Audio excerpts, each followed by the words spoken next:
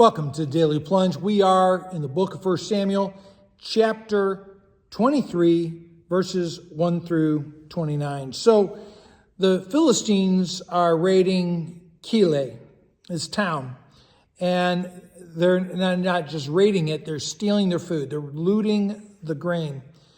And David asks, he's got a band of about 400 warriors, right?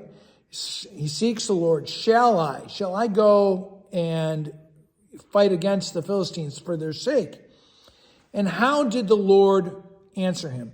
Was there a booming voice? Was there an earthquake or anything? No, it's prayer. It's through a still small voice.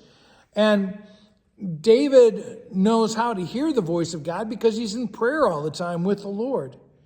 Now, the men are afraid. His men that are with him are afraid. And so he asks again, should I go? And the Lord says yes. And he goes, and Abiathar, the priest who fled with him, brings the holy object, this icon forward. And basically, David is taking worship with him, okay? And the whole point of this chapter, I want to emphasize, is David's devotion to God. David's not perfect by a long step, but he's devoted to the Lord. Now, in verse 7, Saul's told that David's down there, and Saul gets his army together, and they go chasing after David. And, basically no good deed goes unpunished. You would think Saul would be grateful that somebody is defending his border against an incursion, but no. And so David prays, will Saul attack me? Will the citizens turn me over? And the Lord says, yep, that's what's going to happen. It's not the answer that David wants to hear. And maybe that's one of the things for us to pray about is, sometimes the Lord has an answer we don't want to hear, but he's still calling us to go forward even in the midst of those difficulties. Now in verse 14, he's out in the wilderness, and day after day, Saul is chasing after him, and God is the one who's keeping David out of Saul's hands. They're both running alongside of a mountain peak, and David's on one side of the peak and Saul's on the other, and he just can't catch up to him. What's interesting is that Jonathan, Saul's son, comes up to him and says, don't be afraid. My dad will not be able to seize you.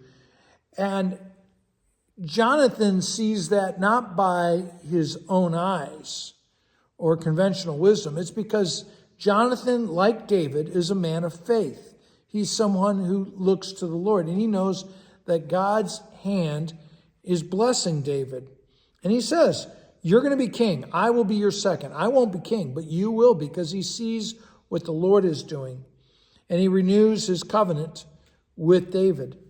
Now, they get to the desert of Ziph, and the Ziphites, when Saul shows up, Saul's looking for David. Have you seen him? Oh, yeah, sure. He's over there.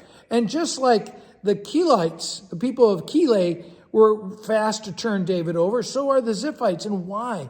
Because the conventional wisdom is that Saul is the king. And this is the way Saul sees it. He says, Saul's saying, God is working for me. But Saul doesn't have a relationship with God.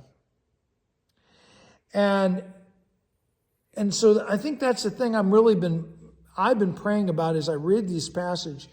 Saul knows God. He's had some experiences with God, but now God is on the back burner. God is only something that's convenient for Saul when he needs an excuse. But the Lord really is not blessing Saul. But for David, he has given his heart, mind, and soul to the Lord. And even though he's going through hardship, the Lord is with him. Well, thanks, friends. Have a blessed day.